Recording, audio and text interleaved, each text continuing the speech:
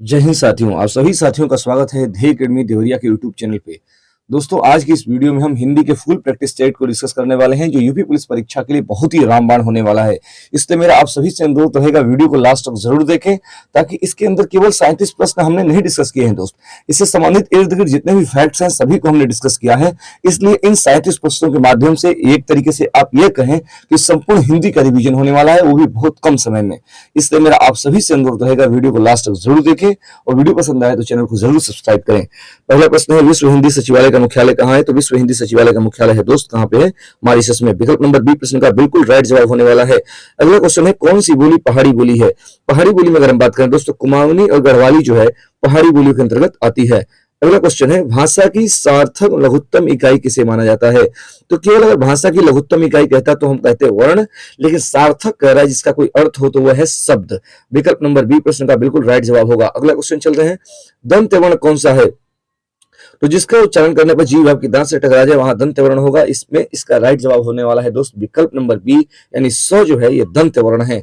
वहीं प की बात करें तो प ओष्ठ है, ट जो है मूर्धन्य है, ह काकल्य वर्ण है। अगला क्वेश्चन है, अल्प विराम का चिन्ह कौन सा है? अल्प विराम का चिन्ह याद रखेंगे, अल्प विराम का मतलब होता है कॉमा, और ये हो जाएगा विकल्प नंबर सी। इस प्रश्न का बिल्कुल राइट जवाब होगा। अगला क्वेश्चन चलते हैं दोस्त, अगला है, प्रत्याशा शब्द में कौन सा उपसर्ग है? तो प्रत्याशा शब्द में दोस्त उपसर्ग है प्रति। कौन सा उपसर्ग है? प्रति। विकल्प नंबर सी प्रश्न का राइट जवाब होगा। अगला क्वेश्चन चलते हैं, जातिवाचक संज्ञा कौन सी है? तो याद रखिएगा, जिसका भी वर्गीकरण किया जा सके वहां जातिवाचक संज्ञा होगी। यहाँ पे पेड़ जो है, पेड़ हजारों तरीके के होते हैं, और सबसे बड़ी बात यह है कि जातिवाचक संज्ञा पहचानने के लिए कि जिसका बहुवचन बना सके वहां पे हो जाती है जातिवाचक संज्ञा। तो विकल्प नंबर ए इस प्रश्न का बिल्कुल राइट जवाब होगा। वहीं मिठास, सुंदरता और चतुराई को कोई देख नहीं सकता है, केवल उसको महसूस किया जा सकता है, इसलिए सब भाववाचक संज्ञा के अंतर्गत आएंगी। अगला है, कौन सा शब्द स्त्रीलिंग है? याद रखिएगा, झील शब्द जो है यहाँ पे स्त्रीलिंग है। अगला क्वेश्चन है, कौन सा शब्द हमेशा बहुवचन में आता है? तो हमेशा बहुवचन में आने वाला शब्द है दोस्त आपका प्राण। प्राण हो गया, दर्शन हो गया, प्राण हो गया, हस्ताक्षर हो गया, है ना, आंसू हो गया। तो ये सभी के सभी शब्द जो है आपके हमेशा बहुवचन के अंतर्गत आते हैं। अगला क्वेश्चन है, गरीबों को वस्त्र दो। जब कोई किसी चीज को किसी वस्तु को दान में दे दिया जाए, तो याद रखिएगा, दान देने के अर्थ में हमेशा और हमेशा संप्रदान कारक होगा। दान देने के अर्थ में क्या होगा? हमेशा संप्रदान कारक। लेकिन अगर किसी ने आपने किसी को पैसा उधार दिया और फिर उससे वापस लेना है, तो पैसा वापस लेने की स्थिति में, यानी जब भी व्यक्ति उधार देता है तो वहां पे होता है आपका संबंध कारक। जैसे हमने कहा, मैंने रवि को 100 रुपए उधार दिए, तो वहां दान नहीं दिया है, और जब दान नहीं दिया है तो वहां पे हो जाएगा दोस्त आपका संबंध कारक। इंपॉर्टेंट सवाल है, हो सकता है पेपर में आपके छप जाए। ठीक है, अगला क्वेश्चन चलते हैं, यह मेरी पतंग है। इसमें आपको बताना है कि रेखांकित शब्द का पहचान बताना है कि सर्वनाम के अंतर्गत आएगा। डायरेक्टली संकेत किया गया है, और संकेत जब किया गया है तो इसको हम कहेंगे निश्चयवाचक सर्वनाम में, क्योंकि निश्चयवाचक सर्वनाम का ही दोस्त दूसरा नाम आपका होता है संकेतवाचक सर्वनाम। अगला क्वेश्चन चलते हैं, यह घोड़ा अच्छा है, वाक्य में यह क्या है? फिर यही चीज है कि कोई सर्वनाम जो है, सर्वनाम होते हुए भी अगर विशेषण का कार्य करने लगे तो वहां पे कौन सा विशेषण होता है? सार्वनामिक विशेषण होता है। तो यह घोड़ा अच्छा है, यह शब्द एक सर्वनाम है, लेकिन सर्वनाम होते हुए विशेषण का कार्य किया, इसलिए यहाँ सार्वनामिक विशेषण होगा। विकल्प नंबर ए इस प्रश्न का राइट जवाब होगा। अगला क्वेश्चन है, न्यूनतम विशेषण की कौन सी अवस्था है? तो देखिएगा, तर लगने पर उत्तरा बनता है, तम लगने पर आपका उत्तमा बनता है। यहाँ पे तम लगा है, इसलिए विशेषण की कौन सी अवस्था है? ये उत्तमा अवस्था है। अगला क्वेश्चन चलते हैं दोस्त, कर निम्नलिखित विकल्प में सही सकर्मक क्रिया वाला वाक्य पहचानिए। तो सही सकर्मक क्रिया, जब भी आपको सकर्मक क्रिया पहचाननी हो तो क्या और किसको से प्रश्न करिए। अगर क्या और किसको से प्रश्न करने पर जवाब मिल जाएगा तो याद रखिएगा वहां सकर्मक क्रिया होगी, और नहीं मिलेगा तो अकर्मक क्रिया होगी।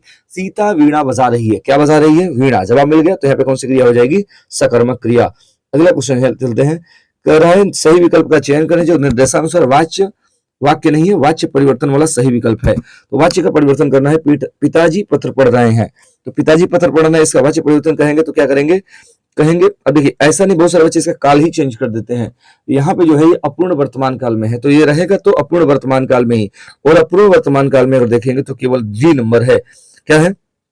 कर्मवाची में चूंकि चेंज करना है, इसलिए कर्मवाची में से या द्वारा लगाना हमारा मजबूरी है, और इसलिए हम इसका बिल्कुल राइट जवाब कहेंगे डी नंबर, क्योंकि कर्मवाची में जब भी बदला जाता है तो से या द्वारा जोड़ना अति आवश्यक होता है। वहीं अगर भाववाची की बात करें तो भाववाची में क्या होता है कि असमर्थता प्रकट की जाती है, वहां अकर्मक क्रिया होती है। हमेशा आपके नकारात्मक या निषेधात्मक वाक्य वहां पे मिलेंगे, यानी निगेटिव वर्ड जरूर, निगेटिव शब्द जरूर मिलता है भाववाची के अंतर्गत। ठीक है, अगला क्वेश्चन चलते हैं। अगला है, लड़के ने पुस्तक पढ़ी है, वाक्य का काल बताएं। जब कोई घटना अभी अभी हुई हो और आपको सीधे सीधा पहचान बता देते हैं कि सभी भूतकाल की पहचान आज के बाद से जिंदगी में कभी भूलेंगे ही नहीं। याद रखिएगा, अगर किसी वाक्य के अंतर्गत लास्ट में, वाक्य के लास्ट में आ ई ए या ई ये, आ ई ए या ई ये के बाद से अगर है आ जाए, क्या आ जाए, है, तो याद रखिएगा वह हमेशा और हमेशा जो है आसन्न भूतकाल होता है। कौन सा भूतकाल होगा? आसन्न भूतकाल। लेकिन यहाँ पे तो भूतकाल दिया ही नहीं है, यहाँ तो भूतकाल दिया ही नहीं है, तो यहाँ पे हो जाएगा दोस्त, अब चूंकि वर्तमान काल ही दिया है तो लड़का ने पुस्तक पढ़ी है, पढ़ने का काम पूरा हो चुका है, तो सिंपल चीज है यहाँ पे। तो यहाँ पे कौन सा हो जाएगा? पूर्ण वर्तमान काल। क्या हो जाएगा? पूर्ण वर्तमान काल। नहीं तो ये आसन्न भूतकाल में भी जा सकता था। ठीक है, चलते हैं दोस्त अगले क्वेश्चन की तरफ। काला घोड़ा तेज दौड़ता है, इसमें क्रिया विशेषण कौन सा है? दौड़ना क्रिया है, और जो क्रिया की विशेषता बताए उसे ही क्या कहते हैं? क्रिया विशेषण। तो क्रिया विशेषण कौन होगा यहाँ पे? सी, है ना। और सी में क्या लिखा है? तेज। अगर पूछा जाए कि तेज शब्द जो है वो कौन सा क्रिया विशेषण है? रीतिवाचक, परिमाणवाचक, कालवाचक, स्थानवाचक। तो यह चूंकि घोड़े के दौड़ने का तरीका बता रहे हैं और जो क्रिया के होने के तरीके को बताए उसे हम कहते हैं रीतिवाचक। जैसे वह धीरे धीरे बोलता है, रीतिवाचक। वह तेज तेज दौड़ता है या बहुत जल्दी जल्दी चलता है, तो वहां भी कौन सा हो जाएगा? रीतिवाचक। तो जो भी क्रिया के होने के ढंग को बताएगा, तरीके को बताएगा, वहां पे हो जाएगा दोस्त रीतिवाचक क्रिया विशेषण। अगला क्वेश्चन चलते हैं। आपने बुलाया होता तो हम अवश्य आए होते। तो यहाँ पे एक व्यक्ति की इच्छा प्रकट की गई है और इसलिए यहाँ पे कौन सा हो जाएगा दोस्त? इच्छावाचक वाक्य। अगला क्वेश्चन है, जो मुश्किल से प्राप्त हो, जो मुश्किल से प्राप्त हो उसे कहते हैं दोस्त दुर्लभ। जो मुश्किल से प्राप्त हो उसे क्या कहेंगे? दुर्लभ। विकल्प नंबर सी प्रश्न का बिल्कुल राइट जवाब होने वाला है। अगला है चिराग तले अंधेरा। चिराग तले अंधेरा का मतलब, चिराग तले अंधेरा का मतलब अपने निकट के दोष को न देख पाना, निकट के दोष को न देख पाना। चिराग तले अंधेरा का मतलब अपन आपके आसपास ही लोग गंदे या खराब विचार के पड़े हुए हैं और आपके परिवार में ही कुछ कमियां हैं और आप दूसरों की तरफ देख रहे हैं, तो चिराग तले अंधेरा का अर्थ वही होता है कि निकट के दोष को न देख पाना। अगला क्वेश्चन है, नील कमल शब्द में कौन सा विशेष्य है, कौन सा समास है? याद रखिएगा, जहां भी विशेषण और विशेष्य आएगा वह हमेशा और हमेशा कर्मधारय समास होगा। कौन सा समास? कर्मधारय। अब नीला है जो कमल, नील कमल का मतलब नीला है जो कमल। तो सबसे पहली बात है, नीला जो है वो विशेषण है। नीला क्या है? विशेषण। और कमल क्या है? विशेष्य, क्योंकि कमल की विशेषता बताई गई है। कमल कैसा है? नीला। तो कमल की विशेषता बता रहा है कौन? नीला। तो नीला हो गया विशेषण, और किसकी भी आप विशेषता बता रहे हैं? कमल की। तो कमल क्या हो गया? विशेष्य। जहां भी विशेषण और विशेष्य एक साथ आएंगे, याद रखिएगा, वह हमेशा कर्मधारय समास होगा। दूसरी चीज, जैसे ही उसका विग्रह करेंगे कर्मधारय समास में, तो है जो या के समान शब्द आएगा। नील कमल में आएगा कि नीला है जो कमल, तो है जो शब्द है इसलिए कर्मधारय समास होगा। बहुव्रीहि समास में क्या होता है? कभी कभी ऐसे सवाल भी आ जाते हैं कि किस समास में दोनों पद अप्रधान होते हैं, यानी दोनों पद की प्रधानता नहीं होती है, तो वह है बहुव्रीहि समास। और जिस समास में दोनों पद की प्रधानता होती है उसे हम कहते हैं कौन सा समास? उसे द्वंद्व समास कहते हैं। जिस समास का पहला पद संख्यावाची हो उसे हम कहते हैं द्विगु समास, और जिस समास का पहला पद अव्यय हो उसे हम कहते हैं अव्ययी भाव समास।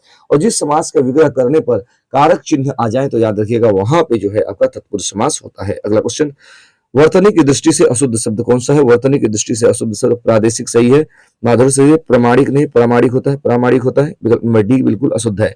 सम्मुख शब्द का विलोम क्या होगा? तो सम्मुख शब्द का विलोम होगा दोस्त विमुख। सम्मुख शब्द का विलोम क्या हो जाएगा? विमुख। अगला क्वेश्चन चलते हैं। हवा का पर्यायवाची नहीं है। हवा का पर्यायवाची कौन सा नहीं है? अनल, क्योंकि अनल किसका पर्यायवाची है? आग का। बाकी अनिल, पवन, समीर हवा के पर्यायवाची हैं। कौन सा शब्द तत्सम है? तो तत्सम की बात करें, तत्सम मैंने संस्कृत शब्द और इसमें प्र से यहाँ पे जुड़ा हुआ है प्रिय, जो है ये आपका तत्सम शब्द है। अगला क्वेश्चन चलते हैं दोस्त, देवर्षि का सही संधि विच्छेद कौन सा होगा? तो देवधन ऋषि बराबर देवर्षि, देवधन ऋषि बराबर देवर्षि। तो यहाँ पे विकल्प नंबर ए में दिया गया है। ठीक है, अगला क्वेश्चन चलते हैं। पेड़ों पर अपना भरिय बनाते हैं, सही शब्द भरना है। ठीक है ना, तो पेड़ों पर अपना पक्षी क्या करते हैं? नीड़ मन होता है आपका घोंसला। ठीक है ना, तो यहाँ पे हो जाएगा नीड़, विकल्प नंबर सी, क्योंकि इस नीड़ का मतलब होता है पानी और इस नीड़ का मतलब क्या होता है? घोंसला। ठीक है, अगला क्वेश्चन, दिन दिन शब्द का युग्म का सही अर्थ बताना है। तो एक दिन का मतलब आपका दिन हो गया, दिवस हो गया, और एक दिन का मतलब होता है गरीब। एक दिन का अर्थ क्या होता है? गरीब। अगला क्वेश्चन, जहां एक ही वर्ण की बार बार आवृत्ति हो वहां कौन सा अलंकार होगा? एक ही वर्ण की जहां पे दोस्त बार बार आवृत्ति होती है उसे हम कहते हैं अनुप्रास अलंकार। विकल्प नंबर सी बिल्कुल राइट जवाब होने वाला है। अगला क्वेश्चन है, वीर रस का अस्थायी भाव क्या है? तो वीर रस का दोस्त अस्थायी भाव है उत्साह। विकल्प नंबर सी प्रश्न का बिल्कुल राइट जवाब होगा। अगर पूछेगा कि भय किस रस का अस्थायी भाव है, तो भयानक रस का है। क्रोध किसका है? तो रौद्र रस का है। विस्मय किसका है? तो अद्भुत रस का है। जुगुप्सा या घृणा किसका है? जुगुप्सा या घृणा किसका है? आप इसको कमेंट करके बताइएगा। ठीक है, चलिए, छंद का प्राण कौन है? तो छंद का प्राण होगा तुक। छंद का प्राण कौन सा होता है दोस्त? छंद का प्राण होता है तुक। विकल्प नंबर सी। ठीक है, छंद का प्राण होता है तुक। जयशंकर प्रसाद जी की पहली कहानी कौन सी थी? तो याद रखिएगा, जयशंकर प्रसाद की पहली कहानी जो इंदु में लिखी गई है, इसका नाम है ग्राम। क्या नाम है? ग्राम। बाकी इनकी सबसे प्रसिद्ध रचना जो एक महाकाव्य भी है जिसका नाम है कामायनी। पेपर में सैकड़ों बार पूछा गया है कि कामायनी किसकी प्रसिद्ध रचना है, तो कामायनी है जयशंकर प्रसाद की। वही महादेवी वर्मा की जो रचना यामा है, वो सैकड़ों बार पूछी गई है, यामा किसकी रचना है, तो यामा रचना है महादेवी वर्मा की। श्री रामचरितमानस की रचना किस कवि ने किया था? रामचरितमानस की रचना किया था तुलसीदास जी ने। और किस भाषा में किया था? अगर पूछ दे तो याद रखिएगा, अवधी भाषा में। अच्छा, पूछे कि विनय पत्रिका किसकी प्रसिद्ध रचना है, तो विनय पत्रिका भी तुलसीदास जी की है, और वो जो है विनय पत्रिका ब्रज भाषा में लिखी गई है। ठीक है, अगला क्वेश्चन, गोदान के लेखक कौन है? तो गोदान, गमन, रंगभूमि, गोदान, गमन, रंगभूमि, कर्मभूमि, ये सब किसके हैं? प्रेमचंद के हैं। और प्रेमचंद की एक रचना मानसरोवर भी है। प्रेमचंद की एक रचना कौन सी है? मानसरोवर। अब आगे चलते हैं दोस्त, हिंदी का प्रथम समाचार पत्र 1826 ईस्वी में कहां से प्रकाशित हुआ? तो 1826 ईस्वी में प्रकाशित हुआ दोस्त कोलकाता से। कहां से प्रकाशित हुआ था? कोलकाता से प्रकाशित हुआ था। अब आगे आपका गद्यांश है, साहित्यकार की भूमिका जीवन और अमृत से जुड़ी है, संहार और गरल से नहीं। संहार और गरल जो राजनीतिकों के जिम्मे है, वह बखूबी बड़े इत्मीनान से यह काम कर भी रही है, उस पर भीड़ से क्यों जाकर जुड़े, आप गरल में ही रुचि रखते हैं। ये सब पूरा दिया गया, पूरे सवाल पढ़ते हैं। जीवन और अमृत, अभी हमने कहा कि जीवन और अमृत इसमें क्या दिया गया था? जीवन और अमृत में है साहित्यकार की, है ना। किसकी भूमिका जुड़ी है? साहित्यकार की। अगर पूछ रहा है संहार शब्द से तात्पर्य क्या है? संहार का मतलब होता है विनाश। संहार का मतलब क्या होता है? विनाश। काजू शब्द पूछ रहा है, काजू शब्द किस भाषा का है? तो काजू याद रखिएगा पुर्तगाली का है। किसका है? पुर्तगाली का। तो ये थे दोस्त, ये 37-38 बहुत ही महत्वपूर्ण प्रश्न जो आपकी परीक्षा में, जिनकी संभावना बहुत ज्यादा है कि इस टाइप के सवाल आपके पेपर में मिल जाए। इसलिए मेरा आप सभी से अनुरोध रहेगा, वीडियो को देख करके चैनल को जरूर सब्सक्राइब करिएगा, ताकि इसी तरीके की और भी वीडियो आपको मिलती रहे। और बहुत ही जल्द हिंदी का संपूर्ण मैराथन वीडियो हम आपके सामने लेकर आने वाले हैं, इसलिए आप चैनल को जरूर सब्सक्राइब करके रखिएगा, और बहुत ही कम टाइम के अंदर संपूर्ण हिंदी में रिवाइज कराऊंगा आपको। तो चलिए दोस्त, आज की इस वीडियो में यहीं तक रखते हैं, फिर मिलेंगे आपसे अगली वीडियो में। जय हिंद, जय भारत।